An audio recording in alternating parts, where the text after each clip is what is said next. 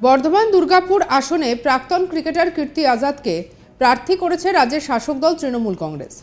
আর এরপরই বিজেপির আইটি সেলের সর্বভারতীয় ইনচার্জ অমিত মালভিয়ার একটি টুইট ঘিরে শোরগোল পড়ে গিয়েছে।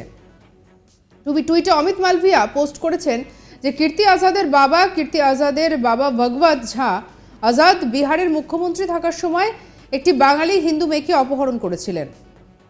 ভাগলপুর থেকে 50,000 হিন্দু বাঙালিকে ভিটে মাটি ছাড়তে বাধ্য করেছিলেন। ভগবত ঝা তখন মুখ্যমন্ত্রী ছিলেন, কিন্তু বাঙালি মেয়েকে খুঁজে পেতে কিছুই করেননি। উল্টে সে মেয়েটিকে অপহরণকারী ও বাঙালি হিন্দুদের নির্যাতনকারীদের রক্ষা ও সাহায্য করেছিলেন। বাঙালির অভিশাপ আজাদ বংশকে বিহারের রাজনীতি থেকে নিশ্চিহ্ন করে দেয়। বর্ধমান দুর্গাপুর আসন থেকে মমতা বন্দ্যোপাধ্যায় কীর্তি আজাদকে প্রার্থী করার সিদ্ধান্ত নেন। হিন্দু নির্যাতনকারী শেখ শাহজাহানকে রক্ষা করার মতোই তাকেও রক্ষা করতে চাইছেন মমতা ব্যানার্জি। এটা সত্যিই লজ্জার।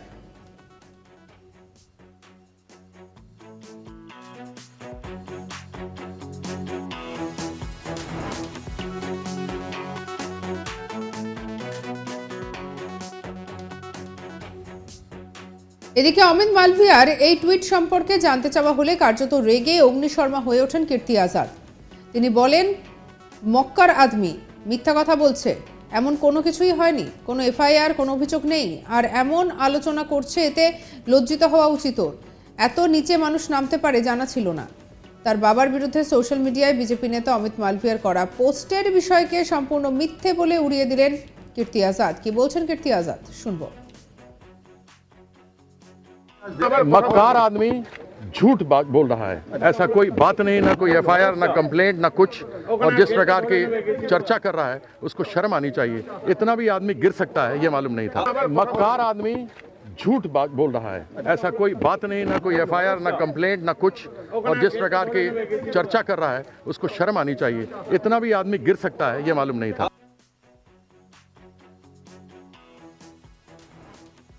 প্রসঙ্গত বর্ধমান দুর্গাপুর কেন্দ্র থেকে তৃণমূল প্রার্থী করেছে প্রাক্তন ক্রিকেটার কীর্তি আজাদকে। অন্যদিকে বহরমপুরে কংগ্রেসের অধীর চৌধুরীর বিরুদ্ধে তৃণমূল প্রার্থী করেছে আরেক প্রাক্তন ক্রিকেটার ইউসুফ পাঠানকে। আর এই দুই প্রাক্তন ক্রিকেটারের সঙ্গে সেই অর্থে বাংলার কোনো সম্পর্কই নেই। যদিও ইউসুফ পাঠান দীর্ঘদিন কেকেআর দলে খেলেছেন। আর এই দুই প্রার্থীকে ঘিরে বিজেপি বহিরাগত প্রার্থীর তত্ত্ব খাড়া করতে চাইছে রাজ্যের শাসক দল তৃণমূলের বিরুদ্ধে। আর কীর্তি আজাদের বাবার প্রসঙ্গ টেনে সেই বহিরাগত তত্ত্বকে আরও এক ধাপ এগিয়ে নিয়ে গেলেন বিজেপির আইটি সেলের সর্বভারতীয় প্রধান অমিত মালভিয়া।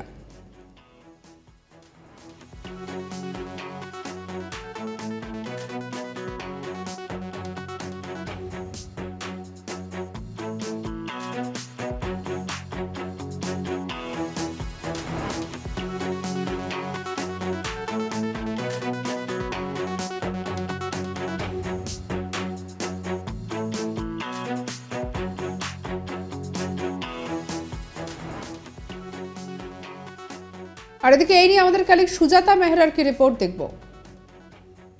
বিজেপির আইটি সেলে সর্বভারতীয় ইনচার্জ অমিত মালব্য একটি পোস্ট করেছেন সোশ্যাল মিডিয়ায়, এবং সেই পোস্টকে ঘিরে কিন্তু এই মুহূর্তে যথেষ্টই শোরগোল পড়েছে। তিনি পোস্টে যেটা দাবি করেছেন, মূলত সেখানে তিনি বলেছেন যে এই যে বর্ধমান দুর্গাপুর লোকসভা কেন্দ্রে তৃণমূলের যে প্রার্থী কীর্তি আজাদ, তিনি আসলে হিন্দু বিদ্বেষী, তার পরিবারকেও তিনি হিন্দু বিদ্বেষী বলে উল্লেখ করেছেন। কেননা তিনি যেটা পোস্ট করেছেন সেই অনুযায়ী তিনি লিখেছেন পোস্টে যে কীর্তি আজাদের বাবা ভগবত ঝা আজাদ যখন মুখ্যমন্ত্রী ছিলেন সেই সময়ে প্রায় 50,000 হিন্দু বাঙালিকে ভিটেমাটি ছাড়তে হয়েছিল। শুধু তাই নয়, ঘোরতর অভিযোগ রয়েছে যে সেই সময়ে একটি হিন্দু মহিলাকে তার যে সহযোগীরা ছিল তারা অপহরণ করে তুলে নিয়ে যায়, এবং এই পোস্টকে ঘিরেই কিন্তু শোরগোল পড়েছে। যদিও কীর্তি আজাদ বর্ধমান দুর্গাপুর লোকসভা কেন্দ্রের প্রার্থী তৃণমূলের, তিনি যখন আজকে বর্ধমান শহর থেকে প্রচার শুরু করলেন সেই সময় তাকে এই বিষয়ে প্রশ্ন করা হলে তিনি প্রথমে বিরক্তই হন এবং তারপরে ঘুরে দাঁড়িয়ে উত্তর দেন যে পোস্ট যিনি করেছেন তিনি হচ্ছেন মানে মক্কার আদমি, এরকম বলেই তিনি অভিযুক্ত করেন। এবং তিনি যেটা বলেন যে এরকম কোনো ঘটনাই হয়নি, কেননা এই ঘটনার কোনো অভিযোগ নেই, কোনো সুস্পষ্ট এফআইআর নেই, কিছুই নেই, এরকম কোনো ঘটনা হয়নি, এটা একটা বাজে কথা। এবং কোনো মানুষ যে এতটা নিচে নামতে পারে সেটা তার মানে ভাবনাতেই নেই কো। এরকমভাবে তিনি পুরোপুরি নস্যাৎ করে দেন বিজেপির অভিযোগকে।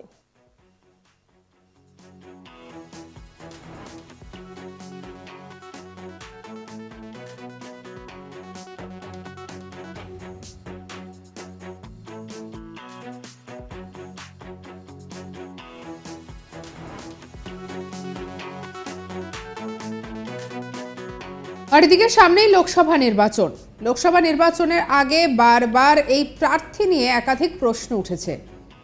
একদিকে আমরা যখন দেখতে পাচ্ছি কীর্তি আজাদকে প্রার্থী করা নিয়ে রাজ্যের শাসক দলকে বারবার বিচ্ছে রাজ্যের বিরোধী দল, এবং অন্যদিকে ইউসুফ পাঠানকে প্রার্থী করা নিয়েও একই ঘটনা সামনে এসেছে।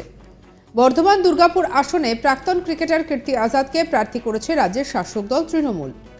আর এরপরই বিজেপির আইটি সেলের সর্বভারতীয় ইনচার্জ অমিত মালভিয়ার একটি টুইট ঘিরে শোরগোল পড়ে গিয়েছে। টুইটে অমিত মালভিয়া পোস্ট করেছেন, কীর্তি আজাদের বাবা ভগবত ঝা আজাদ বিহারের মুখ্যমন্ত্রী থাকার সময় একটি বাঙালি হিন্দু মেয়েকে অপহরণ করেছিলেন। তিনি আরও লিখেছেন যে ভাগলপুর থেকে 50,000 হিন্দু বাঙালিকে ভিটেমাটি ছাড়তে বাধ্য করেছিল। ভগবত ঝা তখন মুখ্যমন্ত্রী ছিলেন, কিন্তু বাঙালি মেয়েকে খুঁজে পেতে কিছুই করেননি।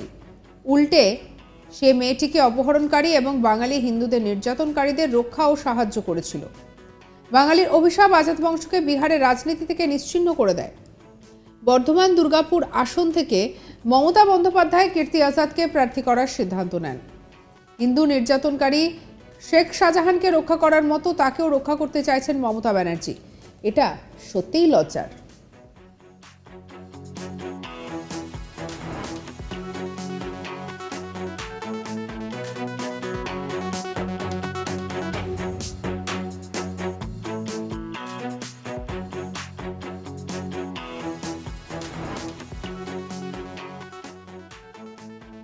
এদিকে অমিত মালভিয়ার এই টুইট সম্পর্কে জানতে চাওয়া হলে কার্যত রেগে অগ্নিশর্মা হয়ে ওঠেন কীর্তি আজাদ।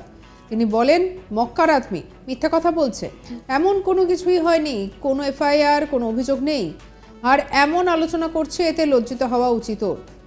এত নিচেও মানুষ নামতে পারে, জানা ছিল না।